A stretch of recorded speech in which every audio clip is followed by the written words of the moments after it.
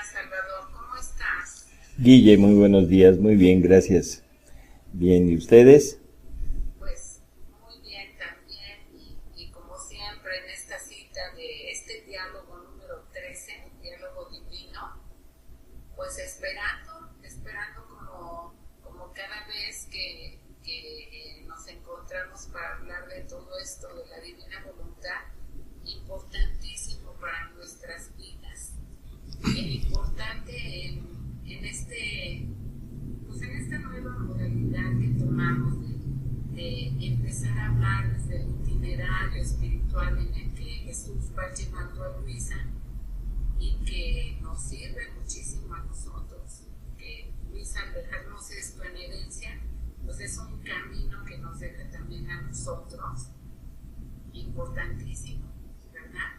Y hemos venido hablando de que en los primeros libros de Luisa se hablan mucho de las virtudes y la mayor parte de los temas son siempre sobre la santidad humana en los primeros libros. Y vemos que Jesús lleva a Luisa por el camino de las virtudes. Las tenía que practicar con su voluntad humana porque era necesario que lo pasara para que Luisa, siendo del estirpe común, lograra hacerlo y Jesús le pusiera el sello de cumplido a esa santidad humana para poder darle su voluntad. En el volumen 11 nos recordaste que le dice: tú eres la primera que hará surgir las virtudes en modo divino. Así que todo lo que Luisa pasó, ahora vamos viendo que no es necesario que nosotros lo pasemos, porque la única meta de la voluntad humana es fundirla con la voluntad divina para alcanzar esa santidad divina, que es lo que hará recuperar la semejanza con el Verbo encarnado que perdió Adán para él y para toda la familia humana. Así que toda nuestra vida de hoy en adelante, si lo queremos, debe estar encerrada en un solo acto de voluntad humana, el de querer fundir nuestra voluntad en la divina voluntad. Entonces, Salvador, mientras vamos por ese camino y hacia esa meta, si Luisa ya cumplió con todo esto de las virtudes y es parte de nuestra herencia, a nosotros, ¿qué nos toca hacer? ¿Qué nos toca hacer? Bueno, como dices, Guille, Luisa es la primera de entrar en este ambiente de santidad divina. Forzosamente, como también ya mencionaste, ella tenía que poner el sello, ella tenía que poner cumplir más que poner todos los requerimientos que Dios había determinado para que Él pudiera volver a dar su voluntad obrante en nosotros. Y eso era determinado número de actos de voluntad humana, o sea, de santidad humana. Entonces Luisa toma, por la potencia de la divina voluntad, toma a todos los actos de toda la humanidad pasada y presente en su momento y futura, o sea, los nuestros y todos los que vendrán, para darle a Dios el pago de santidad humana que Dios había requerido, y que así se pusiera ese sello de cumplido, se cumplió ya el requerimiento divino, y entonces ahora Dios ya puede, de alguna manera, verse libre para volver a dar su voluntad. Esta es la razón por la que Luisa tiene que ir practicando las virtudes a modo humano, esforzarse a modo humano, hacerlo, pasarlo en modo sensible. Recordarás que en el diálogo pasado, cuando hablábamos de la fe, del esposalicio, de la cruz, o sea, decíamos que ahora, bueno, para ella era necesario el sufrir, el tener los mismos sufrimientos que Jesús, y por eso es que es Él mismo el que la crucifica, el que la corona de espinas, el que permite los flagelos, en fin, en modo sensible. Ahora nosotros no necesitamos pasar por eso. O sea, lo vamos a pasar, pero a través de ese esponsalicio de la fe que hablábamos. Porque a través de esa vivencia, de esa vivir a Dios, que Dios es la fe, vamos a ir martirizando, crucificando lo que realmente Dios quiere que crucifiquemos, que es nuestra propia voluntad. Así que una cosa es lo que Luisa tuvo que hacer, y otra cosa es lo que nosotros tenemos que hacer. Y yo entiendo que cuando hablamos de esto, Guille, puede suscitar un poquito de alarma, porque aparentemente estamos diciendo que no es necesaria la práctica de las virtudes. Y conste que dije aparentemente. Bueno, pues en forma así real, así es. O sea, yo no necesito ponerme a practicar humanamente las virtudes. Pero, aquí está lo importante. Todo mi interés debe estar en hacer vivir a la divina voluntad en mí como vida. O sea, que la divina voluntad se convierta en mi propia vida, para que ahora sean sus actos los actos que van a salir de mí. Por lo tanto, cada acto que salga de mí será un acto divino, y es muchísimo más perfecto que cualquier virtud que pueda llevar a cabo cualquier persona, por su propio medio. Así que la virtud humana tiene un límite. La virtud divina no tiene límite. El hombre practicando la santidad humana a través de sus actos, forzosamente tendrá un límite. Pero ahora el hombre, permitiendo que sea la divina voluntad quien obre en él, su límite llega al infinito, llega a lo divino, porque ahora son actos divinos realizados por la divina voluntad a través de la criatura. Así que, por un lado decimos, no es necesario la práctica de la virtud en el sentido tradicional.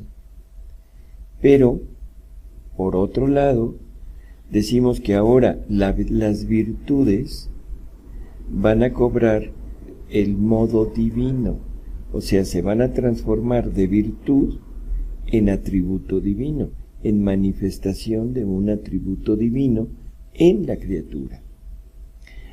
Así que, si entendemos esto, veremos que no hay incongruencia en lo que decimos.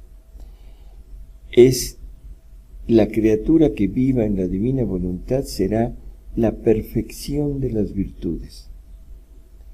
La criatura que viva en voluntad humana tendrá que pelearse continuamente con su propia voluntad para llevar más o menos la imitación de los atributos divinos.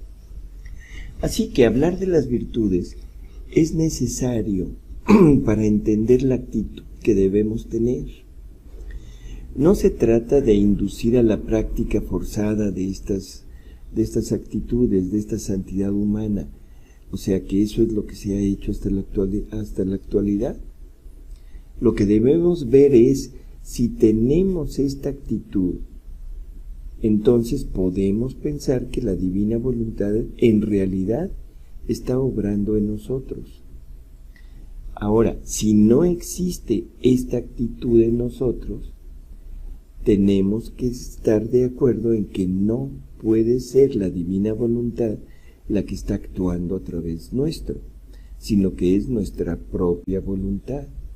y que por tanto debemos poner toda nuestra atención en vivir en ella, no tanto en la virtud, ¿sí? Porque en ocasiones ponemos a la virtud en lugar de Jesús. Esto de poner a la virtud en lugar de Jesús incluso es tema de algunos capítulos de Luisa, en donde Jesús le dice que la santidad del vivir en su querer está exenta del interés personal, de pérdida de tiempo, y no hay peligro de que me cambien por la virtud. Estas son palabras de Jesús, porque el vivir en mi querer soy yo mismo. Esto es clarísimo. Si yo voy a estar atento a la virtud, lógicamente voy a estar atento a una cualidad, a un modo de comportamiento de Jesús, no a hacer vivir a Jesús en mí. Y entonces voy a estar tratando de corregirme, de corregir esa forma de actuar, lo cual me lleva total y absolutamente a poner toda mi energía en la práctica de la virtud. Creo que eso se entiende, ¿no? Así que eso lo podemos ya ir dejando como un punto hecho. Lo que debemos estar atentos es simple y sencillamente al vivir en la divina voluntad. Pero si yo me doy cuenta o me hacen el comentario o alguna observación sobre un actuar que va en contra de la divina voluntad, debo poner atención y decir cuidado, porque no estoy viviendo lo que creo estar viviendo. Y entonces debo entrar otra vez a lo del programa pasado, a ese esponsalicio de la cruz a través de la fe, para irme mortificando yo mismo e ir dando muerte a las partes que no corresponden a la divina voluntad. Tú imagínate, Guille, alguien que diga que vive en la divina voluntad, pero que no ame al prójimo o a algún prójimo. ¿Se podrá dar? Lógicamente no. Claro, es una incongruencia, es un Jesús que no ama. Bueno, pues entonces por ahí podríamos empezar a darnos cuenta de si en realidad estamos viviendo o no. Muchas personas tienen esa inquietud de decir, bueno, ¿y cómo sé si estoy viviendo en la divina voluntad? Bueno, esto podría ser un parámetro. ¿Qué tantas virtudes tenemos? ¿Qué tanta vida estamos llevando a cabo? ¿No crees? Sí. Bueno, otro ejemplo de esto, para dejarlo más o menos claro, es la meditación de la pasión. Estarás de acuerdo en que hay dos formas de meditar la pasión de Jesús: meditarla en la forma humana o meditarla en la forma divina. ¿Sí? Y aquí también me voy a referir a un capítulo donde Jesús le habla de esto a Luisa y le dice: hija mía, el pensar en mi pasión, el compadecerme en mis penas, me es muy grato. Siento que no estoy solo en mis penas, sino que tengo junto conmigo la compañía de la criatura, por causa de la cual yo sufro y a la que amo tanto. Y teniéndola junto conmigo, el sufrir se me hace más dulce. Cómo me es duro el aislamiento en el sufrir. Cuando me veo solo, no tengo a quién confiar mis penas, ni a quién dar el fruto que mis penas contienen, y por eso quedo como ahogado de penas y de amor. Y por eso mi amor, no pudiendo más, vengo a ti para sufrir en ti, y tú sufres junto conmigo las penas de mi pasión en acto, para repetir lo que yo hice y sufrí en mi humanidad. El repetir mi pasión en acto en la criatura difiere de quien solo piensa y compadece mis penas. Lo primero es un acto de mi vida que se pone en lugar mío para repetir mis penas, y yo siento darme de nuevo los efectos, el valor de una vida divina. En cambio, el pensar en mis penas y el compadecerme es sólo la compañía que siento de la criatura. Creo que también es clarísimo, ¿no? O sea, es una diferencia enorme entre el solo pensamiento y el hacer las cosas reales, el repetir la vida de Jesús. Y eso es lo que Él quiere. Bueno, esto es lo que debemos estar atentos. Debemos estar con la firme convicción de que debemos practicar el vivir en la divina voluntad y que lo demás será un parámetro nada más. En el diálogo pasado hablábamos de la fe, ahora vamos a hablar de la caridad, otra virtud teologal, y que como la vez pasada dijimos que la fe no es algo dado, no es algo que Dios nos dé, sino que es Dios mismo. Y creo que quedó más o menos explicado hasta donde yo entiendo, ¿no? Sí, sí. Bueno, ahora vamos a hablar de la caridad. El Catecismo de la Iglesia Católica nos dice: la caridad es la virtud teologal por la cual amamos a Dios sobre todas las cosas, por Él mismo y a nuestro prójimo como a nosotros mismos por amor de Dios. Bueno, esto nos da a entender que es algo dado nuevamente, igual que la fe, que va a surtir un efecto determinado, amor a Dios y amor al prójimo por Dios. ¿Sí? Bueno, en el 1823 dice: Jesús hace de la caridad el mandamiento nuevo.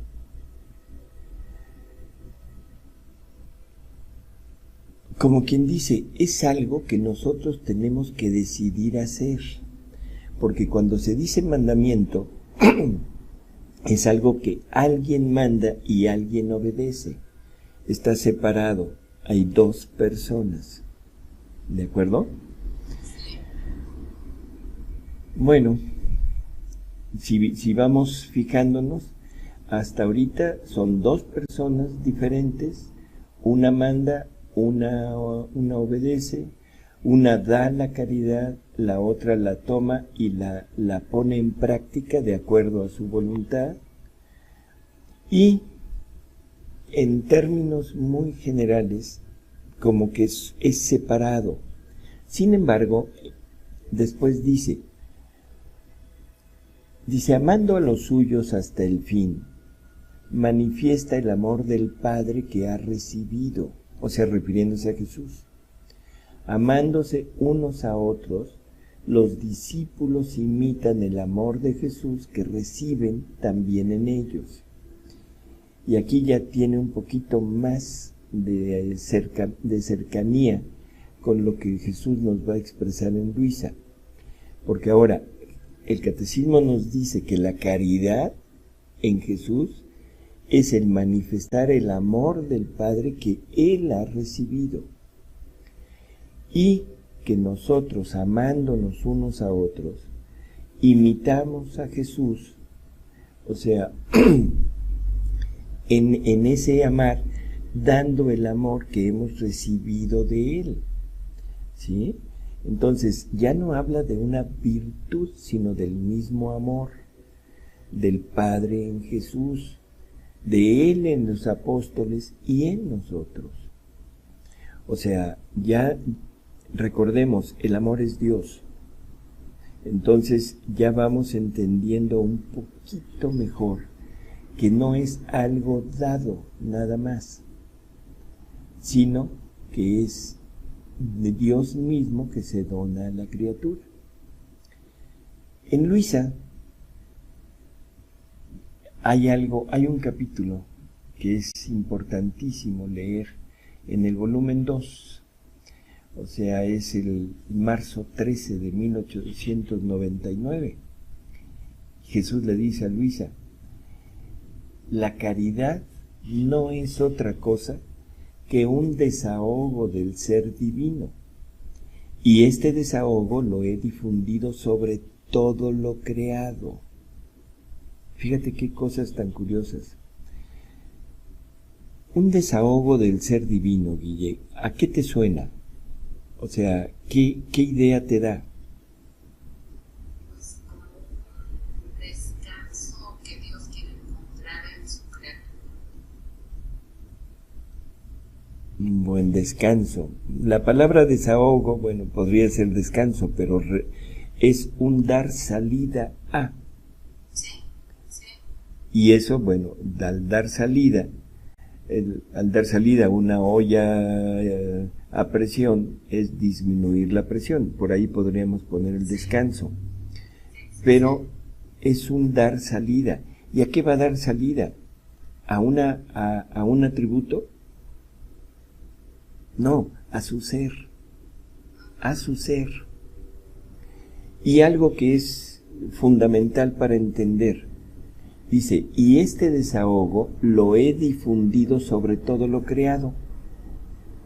¿No te parecería ilógico, Guille, que la caridad, si fuera una virtud así, como un atributo que Dios le da a la criatura, un atributo de Él que le da, lo difunda en las cosas no pensantes, no razonantes, que no tienen voluntad? ¿Qué te parecería?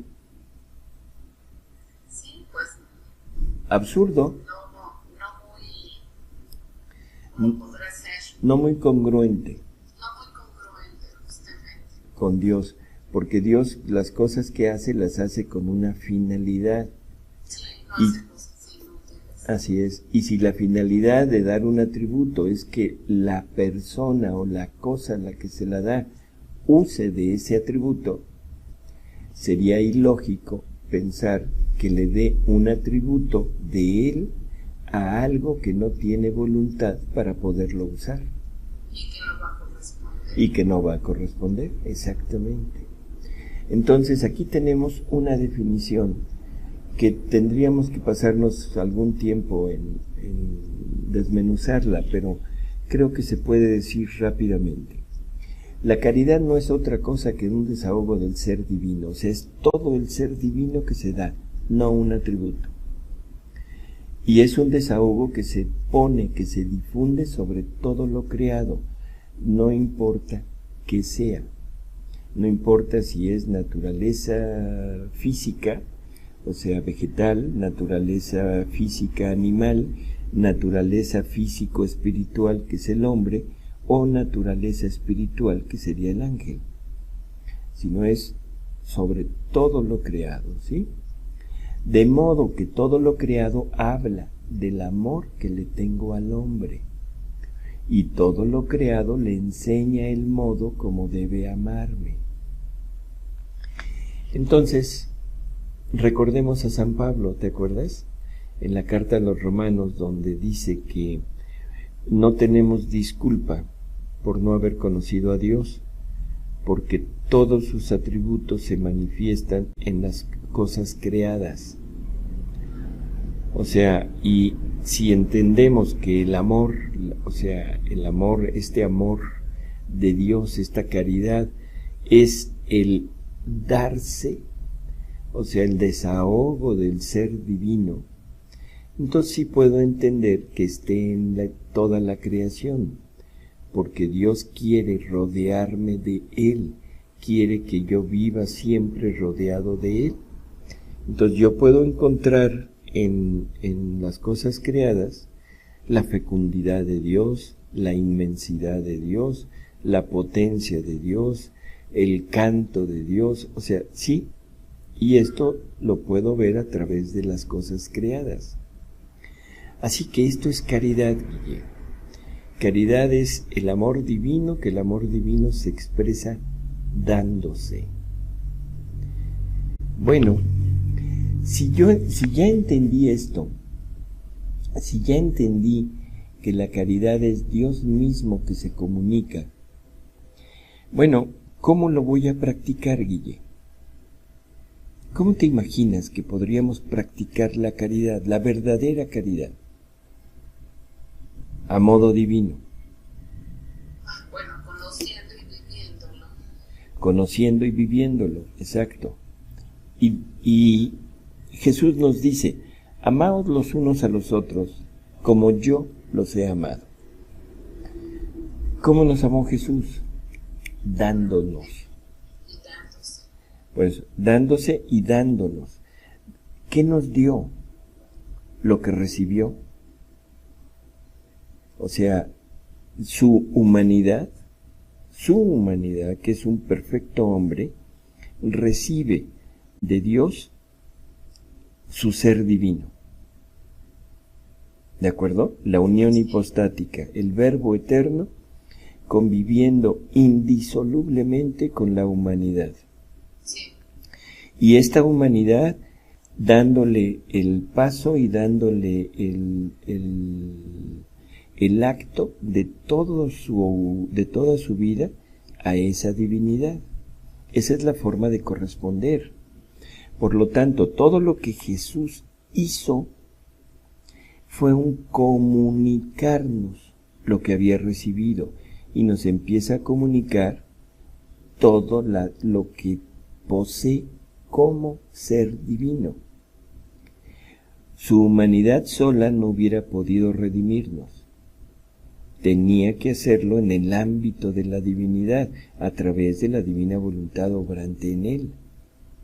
Por lo tanto, lo que me comunica no es nada más la humanidad. Esa es la parte externa por medio de la cual se hace patente. Pero lo que estoy recibiendo es lo que él recibió, que es el mismo ser divino y los mismos atributos divinos. ¿Sí? Bueno, si esto lo logro entender, ahora probablemente ya tenga un poquito más, ya haya más claridad en el mandamiento de Jesús. Amaos como yo los he amado. ¿Cómo? Comunicando lo que he recibido. Y si lo que yo he recibido es ser divino, ¿qué debo comunicar? Ser divino. Y eso es la caridad a modo divino. Voy a dar a Dios por Dios. Voy a darle a Dios la gloria, el honor, todo lo necesario, pero en modo divino. Le voy a comunicar, le voy a pagar con su mismo ser. Y al mismo tiempo voy a comunicar a mis semejantes lo que he recibido. Y eso es amar al prójimo con amor de caridad. No es tanto amar por Dios, sino es amar por Dios y dando a Dios. ¿De acuerdo? Entonces, todo lo que hemos entendido hasta la actualidad sobre caridad era la parte que el hombre podía tanto entender, practicar y dar sin poseer la divina voluntad. Entonces, amar a Dios, amar las cosas, amar al prójimo en función del amor a Dios. Hasta ahí era virtud humana. Pero ahora que Dios ha decidido volvernos a comunicar ya no solo su vida, sino su misma voluntad, su mismo querer, o sea, todas sus obras, ahora ya puedo llevar a la práctica el mandamiento, amándonos como Él nos amó, o sea, comunicando el ser divino que ahora yo recibo de Él. En este mismo capítulo, Guille da ejemplos muy bonitos, muy fáciles de entender. de cómo todas las cosas creadas nos van diciendo cómo amar a Dios, ¿sí? Y le dice, se lo dice de esta manera, dice, todo lo creado habla del amor que le tengo al hombre, o sea, está hablando Jesús. Y todo lo creado le enseña el modo como debe amarme, comenzando desde el ser más grande hasta la más pequeña florecita del campo, dice al hombre, con mi suave perfume y con estarme siempre dirigida hacia el cielo, intento enviar un homenaje a mi Creador. También tú haz que todas tus acciones sean olorosas, santas, puras. No hagas que el mal olor de tus acciones ofenda a mi Creador. Bueno, entonces, lo que nos está diciendo es esto, con mi suave perfume y con estarme siempre dirigida hacia el cielo. Eso es una representación de que está cumpliendo su propia naturaleza que le fue dada por Dios. Siempre va a estar dirigida hacia el cielo, sí, porque está viva, está erguida, por decirlo así, siempre hacia arriba. Y con su perfume, que es lo único que sabe dar, porque es lo único que le fue comunicado, ¿sí? Entonces lo que está diciendo es, con mantenerme en el estado en que Dios me creó, le estoy enviando un homenaje a mi Creador, un homenaje mudo, un homenaje no racional, no pensado. Sin embargo, como cosa creada y como algo que me da a entender, que me da a conocer lo que Dios es, de alguna manera me está diciendo cómo debo ser yo. Entonces, ¿cómo puedo yo amar a mi Creador con el ejemplo de esta florecita? Bueno, o sea, mantenerme siempre en el punto donde fui creado, ¿sí? O sea, nos dice, no seamos insensatos, no seas insensato en tener los ojos fijos a la tierra. Fuiste creado para tener los ojos vistos, los ojos dirigidos hacia el cielo. Por eso es que caminamos erguidos. Por eso no caminamos agachados. Es un símbolo. El caminar erguido es caminar viendo al cielo. Eso es para tener el recuerdo siempre de que nosotros fuimos creados para el cielo, no para la tierra. Y de que sigamos nuestras acciones tal y como deben ser, o sea, de acuerdo al oficio, a la naturaleza, a la finalidad que Dios nos puso en el momento de crearlos. Por eso es que la flor nos dice, no tengas los ojos fijos a la tierra, sino elévalos al cielo. Mira, allá arriba está tu destino, tu patria, allá arriba está el Creador, mío y tuyo, que te espera. Y así da otros ejemplos del agua, el agua que le dice al hombre, mira, yo he salido de las tinieblas, de un manantial, corro, hago mi camino, hago mi labor para volverme a encerrar en ese manantial. Entonces, esto es otro símil que debemos tener. Nosotros salimos de Dios, debemos hacer nuestro camino, correr, cumplir la función que Dios nos ha dado, que es este amor, el uso de esta caridad, de este ser divino que hemos recibido, para que al final podamos regresar a Él, a encerrarnos en Él, ¿sí? De donde salimos. Luego da otro más, que dice de las bestias salvajes, ¿no?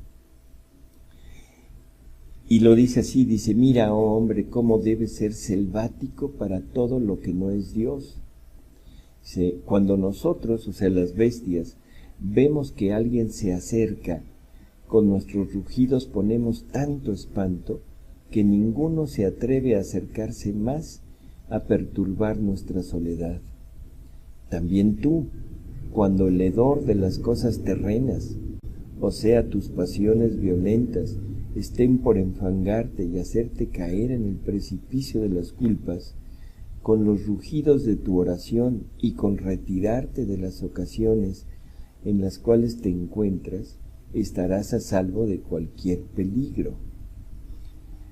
Qué forma tan bonita de darnos a entender cuál debiera de ser nuestra actitud hacia el mundo. Cuando el mundo nos separe nuestra atención de Dios, cuando el mundo nos ofrezca los juguetitos para distraernos de Dios, en ese momento deberíamos de ser como las fieras salvajes, rugir con la oración, rugir con nuestro recogimiento, para poner en fuga aquello y dedicarnos nada más a lo nuestro. Así es, pero somos todo lo contrario, Guille. Como vamos dirigidos hacia la tierra, como ya nos creímos que somos changos, como sí, no, todo esto va ligado, no son cosas fortuitas. O sea, ya nos convencieron que somos changos. Los changos caminan inclinados. Entonces lo que ven es la tierra, lo que les llama la atención es la tierra. Y nosotros parecemos changos. Y vamos buscando cosas de la tierra. Vamos buscando cosas que satisfagan nuestros sentidos. Pero nuestros... Así es. Entonces vamos tendiendo hacia lo humano. Y cuando el ser espiritual que está en nosotros nos obliga o nos lleva a buscar la compañía, el amor, todo esto, lo buscamos en las cosas de la tierra. Lo buscamos en la compañía de otra persona.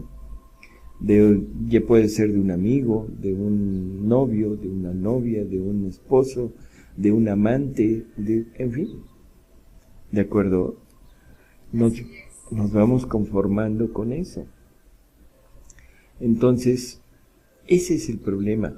Deberíamos de caminar erguidos y siempre anhelantes hacia lo que nos espera, teniendo en nuestra mente la idea de quiénes somos, qué queremos, qué hacemos y cuál es nuestra única finalidad, y entender que nada ni nadie puede satisfacer mi necesidad de amor más que Dios.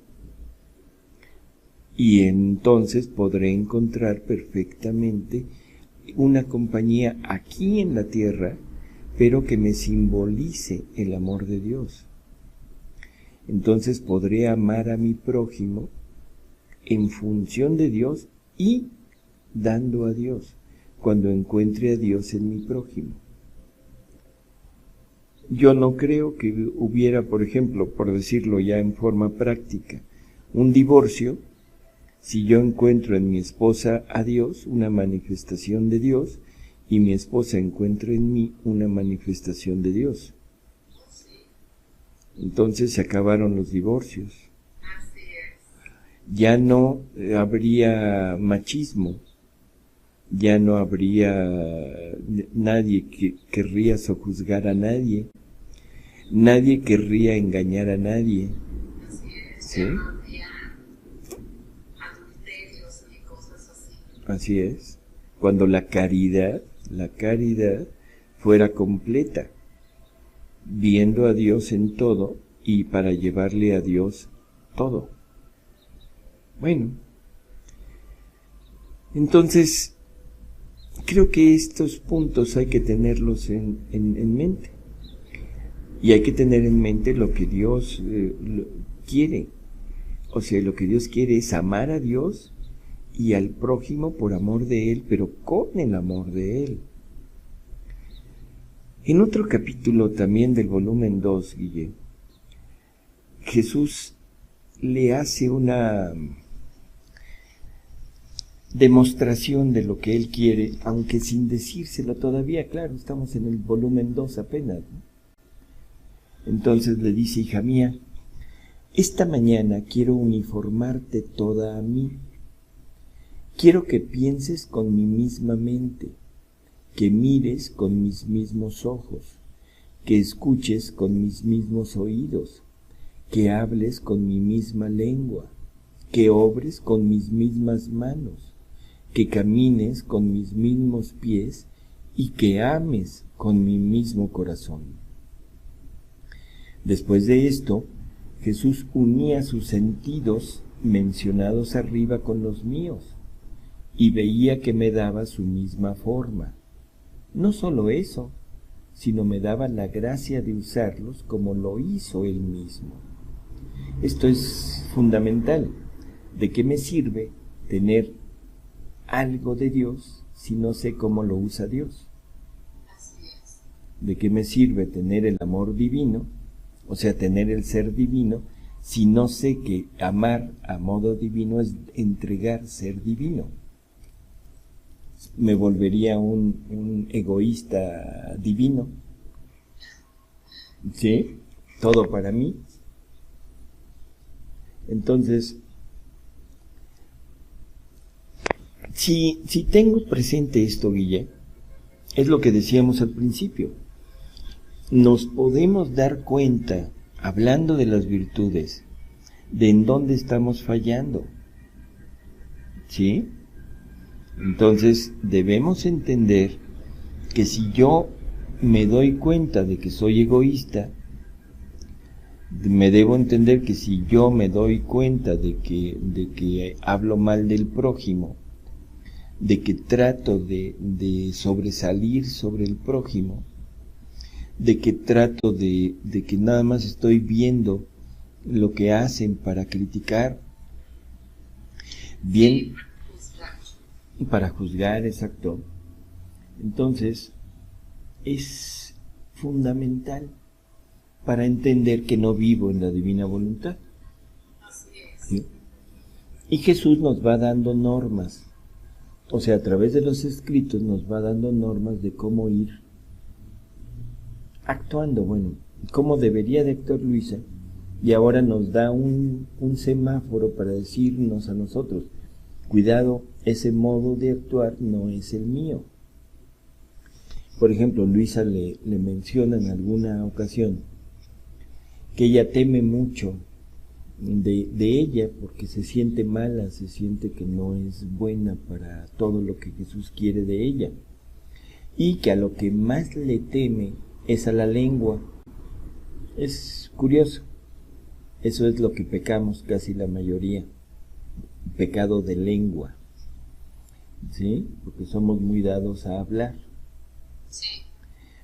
Bueno, entonces Jesús le va dando normas.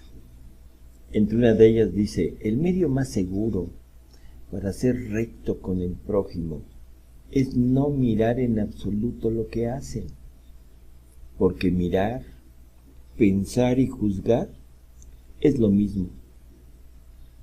Dice: además, mirando al prójimo, vienes a defraudar la propia alma, por lo que sucede que no se es recto ni consigo mismo, ni con el prójimo, ni con Dios.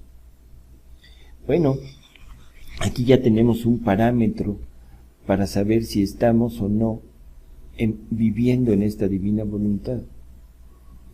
O sea, si yo nada más estoy observando para ver qué hacen, es que es mi voluntad humana, porque la voluntad divina no veía nada más que su amor delante. Cuando veía a alguien actuar, lo que veía era su propio amor puesto en la criatura. Y eso es lo que lo llevaba a actuar. ¿Te acordarás de aquel capítulo donde le dice Jesús a Luisa que si él hubiera puesto cuidado a lo que la criatura hace, se hubiera regresado al cielo? Sí. O sea, como decir, no, estos no entienden. No, lo que él veía era su amor. Y gracias a que él veía su amor, es que afrontó todo lo que tuvo que afrontar. Ay, sí, todo lo que tuvo que ver Ujú. en la criatura. Así es. Entonces, bueno, este es uno de esos parámetros de los que hablábamos, ¿no? Otra de las cosas, somos muy dados, Guille, lo voy a decir con las palabras normales, al chisme. ¿Sí? Sí, Entonces le dice Jesús a Luisa, dice, cuando se te dice algo respecto al prójimo, echa una mirada sobre ti misma y observa si tú eres culpable de ese mismo defecto. sí, sí, sí, sí. ¿Sí? Y entonces el querer corregir es un querer indignarme y escandalizar al prójimo. Si tú te ves libre de aquel defecto, entonces elévate y busca hablar como habría hablado yo. Así hablarás con mi misma lengua. Haciendo así, jamás faltarás en la caridad del prójimo.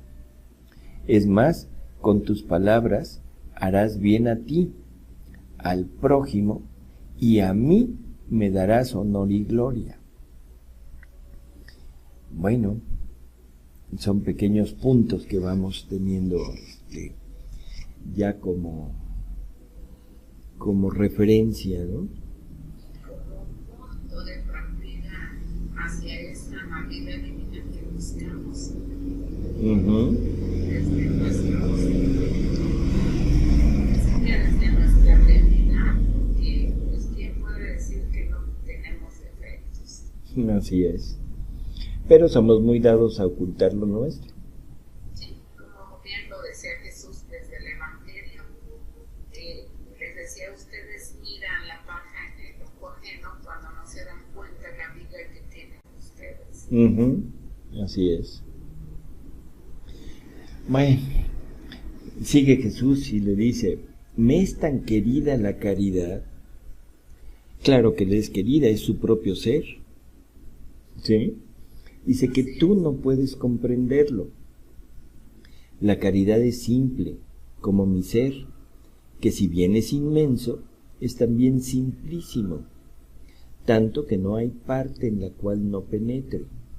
Así la caridad, siendo simple, se difunde por todas partes. No tiene deferencia por ninguno, amigo o enemigo, vecino o forastero, a todos ama. Bueno, otro punto importante. La verdadera caridad, el verdadero amor a Dios, es amar a todos, sin poner nada enfrente. Ni si te es agradable, no te es agradable, si te es amigo o te es enemigo, es a todos. ¿Sí? Entonces, creo que esto es también importante. Es de la experiencia común de todo mundo el tener simpatías y antipatías, el tener amores y tener odios. Bueno, en la medida que yo vaya viendo que eso desaparece y que nada más aparece el amor, o sea, que nada más aparece Dios, y que yo donde quiera que volteo veo Dios, una manifestación de la vida divina, es en la medida en que va desapareciendo el amor humano, va desapareciendo el actuar de mi voluntad que busca afinidad con determinadas personas. Pues es un muy, muy buen punto este que estamos hablando, porque yo pienso que aquí a todos nos sirve. Uh-huh. A todos nos sucede eso, justamente eso que estás hablando, distinguir de cuando alguien no nos es tan agradable como otros y el trato que le damos desde adentro, no por fuera. Exacto. Entonces, bueno, es un poquito diferente, ¿no?, de lo que hemos entendido hasta ahora. En el Evangelio lo dice, lo menciona. O sea, que ames a tus enemigos. Bueno, pero lo deja tan dicho así, que la práctica en la actualidad y la práctica en los religiosos, no me estoy refiriendo a los malos, sino a los buenos, buenos, tiene diferencias. O sea, el sacerdote que se acerca mucho a una persona, pero no tolera a otra. Exacto. ¿Sí? Sí, eso es muy común. Y dije sacerdote, ¿eh? Sí. O sea, por sacerdote yo entiendo desde el párroco más alejado en la sierra hasta el papa, porque todos son sacerdotes. Sí, sí, sí. Entonces, ese punto es importantísimo para entender la gran diferencia entre lo que es un sacerdote y Cristo. Qué hermosísimo mundo tendríamos si todos los sacerdotes fueran Cristo. Pues sería otra la Biblia y la historia. Claro, porque nos hubieran enseñado con el ejemplo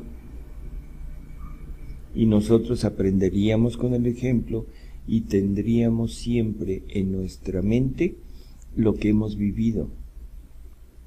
Y ellos, amándonos a nosotros, nos hubieran comunicado esa vida divina. ¿Qué ese es el punto de la caridad? Comunicar lo que tienes. Yo puedo decir que amo mucho a mi hijo, pero si no le comunico a Dios, no lo estoy amando con amor de caridad. Lo estoy amando con amor humano, pero amor de caridad no. Y todos nos hemos dejado llevar por la idea de que el amor humano, o sea, lo podemos llamar amor de caridad.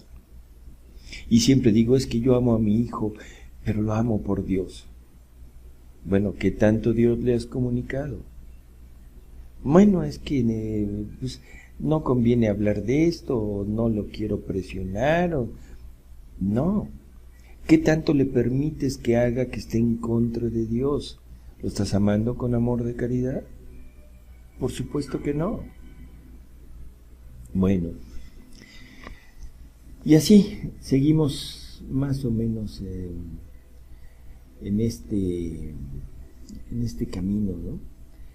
Todo lo que sale de Dios es lo que nosotros recibimos, y todo esto que hemos recibido es lo que tendremos que dar para poder decir que estamos amando con amor de caridad.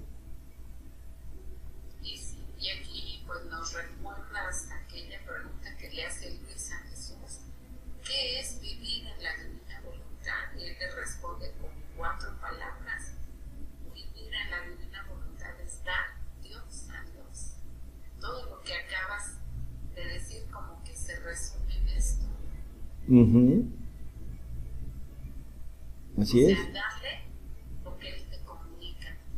Y Él te está comunicando a sí mismo, bueno, pues ya se entiende que es dar Dios a Dios, corresponder con amor divino. Exacto. O sea, dar lo que recibiste. Que ese es el movimiento prácticamente de Dios. Es dar lo que recibes. ¿Sí? Y eso... Como hemos repetido tanto, el amor, para que sea verdadero, divino, debe ser correspondido igual. Así es. Y esa es la manera en que podemos amar, no, debemos amar al prójimo y debemos amar a Dios. Debemos amar a Dios haciendo lo que tú dices, dándole Dios a Dios. Ese es el amor de caridad hacia Dios. Y el amor de caridad hacia el prójimo es dándole Dios al prójimo. ¿Sí? Bueno, en ese punto debemos entenderlo bien. Luego, para recalcar un poquito más, remarcar más esto de que es lo que sale de Dios, lo que entra en nosotros, que es lo que debemos decir de caridad. En otro capítulo de Luisa también dice: mi amante Jesús, perdón, un poquito antes porque si no nos vamos a perder. Dice: Jesús continúa viniendo, pero con un aspecto todo nuevo. Parecía que de su corazón bendito salía un tronco de árbol que tenía 3 raíces distintas, y este tronco de su corazón entraba en el mío, y saliendo de mi corazón, el tronco formaba tantas bellas ramas cargadas de flores, de frutos, de perlas y de piedras preciosas resplandecientes como estrellas. Ahora, mi amante Jesús, viéndose a la sombra de este árbol, se recreaba todo, mucho más que del árbol caían tantas perlas que formaban un bello adorno a su santísima humanidad. Dice: mientras estaba en esta posición me ha dicho: hija amadísima, las 3 raíces que ves que contiene este árbol son la fe, la esperanza y la caridad. Cosa curiosa, lo que sostiene, lo que vivifica al árbol son las raíces, ¿no?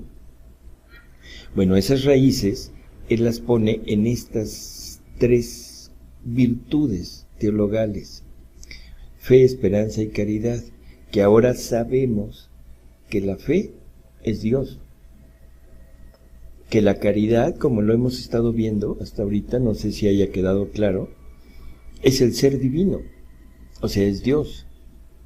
Y la esperanza, Guille, ¿qué es? Es Dios. Porque ¿qué es lo que me hace esperar? Es... Sí, pero ¿qué es lo que me hace esperar? O sea, ¿qué es la esperanza? Es la humanidad de Jesús, es la persona de Jesús, que por medio de todo lo que Él hizo, ya tengo la seguridad de que puedo esperar con seguridad lo que la fe, el objeto de la fe. O sea, que si la esperanza es Jesús, entonces la esperanza también es Dios. Así que este árbol que sale del corazón de Jesús para insertarse en el corazón de Luisa y en el corazón de cada uno de nosotros, sus raíces, esas 3 raíces, son el mismo ser divino que se comunica de 3 maneras diferentes. Qué raro que sean 3, ¿no? Sí. Puesto que es Trinidad. Sí, todo es 3 en Dios. Así es. Entonces, ese árbol se radica en la fe, en la esperanza y en la caridad, que las 3 conforman al mismo ser divino. ¿Sí? Entonces, las 3 raíces que ves que contiene este árbol son la fe, la esperanza y la caridad. Y lo que tú ves, que este tronco sale de mí y se introduce en tu corazón, significa que no hay bien que posean las almas que no venga de mí. Así que después de la fe, la esperanza y la caridad, el primer desarrollo que hace este tronco es el hacer conocer que todo el bien viene de Dios, que de ellas no tienen otra cosa que su propia nada, y que esta nada no hace otra cosa que darme la libertad de hacerme entrar en ellas y hacerme obrar lo que quiero. ¿Sí? Dice, mientras que hay otras nadas, esto es, otras almas, que con la libre voluntad que tienen se oponen. Entonces, faltando este conocimiento, el tronco no produce ni ramas ni frutos, ni ninguna otra cosa de bueno. Por lo tanto, es importantísimo, Guille, el conocimiento. O sea, aquí está otro de los puntos, el conocimiento. Si no hay conocimiento, no puede haber frutos. Si las ramas que contiene este árbol, con todo el aparato de las flores, frutos, perlas y piedras preciosas, son todas las diversas virtudes que puede poseer el alma. Ahora sí, porque esas flores, esos frutos, son el desarrollo del mismo ser divino que se está comunicando. O sea, son los mismos atributos de Dios comunicados a la criatura por el ser divino que se llama fe, esperanza y caridad. ¿De acuerdo? Dice ahora, ¿quién ha dado la vida a este árbol tan bello? Ciertamente las raíces. Esto significa que la fe, la esperanza y la caridad abrazan todo, contienen todas las virtudes, tanto que son puestas como base. ¿Sí? Son y fundamento del árbol, y sin ellas no se puede producir ninguna otra virtud. En una palabra, Guille, todo es Dios. ¿De acuerdo? Todo es Dios, la fe es Dios, la esperanza es Dios, la caridad es Dios. Bueno, ¿cuándo podremos pensar, Guille, que esta caridad, y junto a todas las demás virtudes, ¿no? Pero ahorita que hemos tratado de centrarnos un poquito en la caridad, ¿cuándo podremos pensar que esta caridad llegue a este punto de perfección, a este punto de no sé, de perfección? Dejémoslo así. ¿Sí? ¿Cuándo crees? Pues justamente como cuando decías en un principio, ¿no? Cuando nosotros lleguemos a vivirlo, cuando el amor, pues sea lo que vivamos, lo que respiremos, lo que reflejemos, ¿no? Y que estemos viviendo esa vida divina tal cual Jesús quiere comunicarnos, ¿no? Pero pongámoslo así, si es el fruto, o sea, es el desarrollo del mismo ser divino que se debe comunicar a la criatura, la perfección de la caridad tendrá que ser cuando tengamos la perfección del ser divino en nosotros. Sí. Y eso es en la divina voluntad. Sí. Me recuerdas ahorita hablando justamente de ese árbol, ¿no? Ahorita tocaste lo de las raíces, pero en otra ocasión Jesús le dice, o no sé si es ahí mismo, que el tronco es la vida de las ramas, y las ramas son la gloria del tronco, y el fruto es de ambas. Entonces, cuando la vida divina esté en nosotros, cuando el fruto va a ser de ambos, de fundir nuestra voluntad humana en la divina, y el fruto va a tener que ser pues ese amor divino, ese darle Dios a Dios, ¿no? Así es. Bueno, vamos a tratar de ver un poquito así, medio rápido ya, este último punto. O sea, la caridad llegará a la perfección cuando se viva en la divina voluntad, ¿no? Y le dice Jesús a Luisa, dice, querida hija mía, si supieras qué placer, qué gusto siento al hablarte de mi voluntad, cada cosa de más que te manifiesto sobre mi querer es una felicidad que hago salir de mí y que comunico a la criatura, y yo me siento más feliz en ella en virtud de mi misma felicidad, porque la especialidad característica de mi voluntad es precisamente esta, hacer felices a Dios y al hombre. Entonces, la única manera que tengo de hacer feliz a Dios es exactamente esto, con su voluntad, porque si esa voluntad yo no la tengo, no puedo comunicarle su felicidad, ¿de acuerdo? Y lo más que podría hacer es comunicarle la mía, pero la mía no tiene sentido.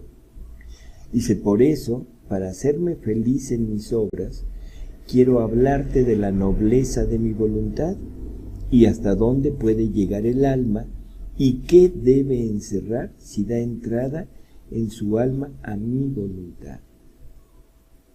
La nobleza de mi voluntad es divina y como es del cielo, ella no desciende sino en quien encuentra un noble cortejo. Y por eso la primera que le dio la entrada fue mi humanidad. Ella no se contenta con poco, sino que quiere todo porque quiere dar todo. Y como puede dar todo, ¿y cómo puede dar todo si no encuentra todo para poder en él poner todos sus bienes? Parece trabalenguas, ¿no? Así de todo y todo. Pero, bueno, creo que es muy claro. La divina voluntad no se contenta con poco.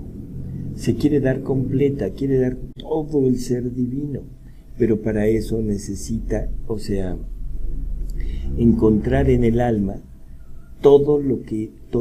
el todo divino. Si no encuentra al mismo ser divino, ¿cómo puede dar todos sus bienes? ¿Cómo puede dar sus obras? No hay forma. Por eso es la necesidad de que la criatura se despoje de todo, porque Dios nos quiere dar todo. Y luego dice Jesús, así mi humanidad le dio el santo y noble cortejo. Y ella, la divina voluntad, concentró en mí todo y a todos. Ve entonces que para venir a reinar mi voluntad en el alma, debe encerrar en ella todo lo que hizo mi humanidad. Y si las demás criaturas han participado en parte en los frutos de mi redención, según sus disposiciones, estas son las santidades humanas, esta criatura, la que tenga su voluntad, los concentrará todos para formar el noble cortejo a mi voluntad, y ella concentrará en el alma el amor que da y quiere de todos, para poder recibir el amor de todos y de cada uno. No se contenta con encontrar en ella la correspondencia solo de su amor, sino que quiere la correspondencia de todo. Todas las relaciones que hay en la creación entre el Creador y la criatura, mi voluntad las quiere encontrar en el alma donde quiere reinar. De otra manera no sería plena su felicidad, ni encontraría todas sus cosas, ni toda ella misma. Bueno, pues ese es el punto, Guille. Necesitamos tener todo el ser divino para poderle dar todo. Y esto solamente se logrará en el momento en el que se viva en la divina voluntad. ¿De acuerdo? Pues sí. Pues Guille, se nos terminó el tiempo. Ay, sí. Sí, qué pena. Pero bueno, adelante con ese conocimiento primeramente y esa disposición para entrar en este camino hacia la santidad divina. Así es. Ay, Salvador, pues muchísimas gracias, como siempre, gracias a Dios por ti.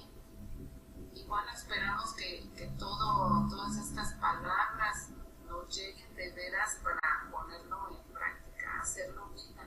Sí, Guille. Y bueno, pues nos encontraremos en la siguiente cita de otro diálogo divino. Claro. Hasta luego.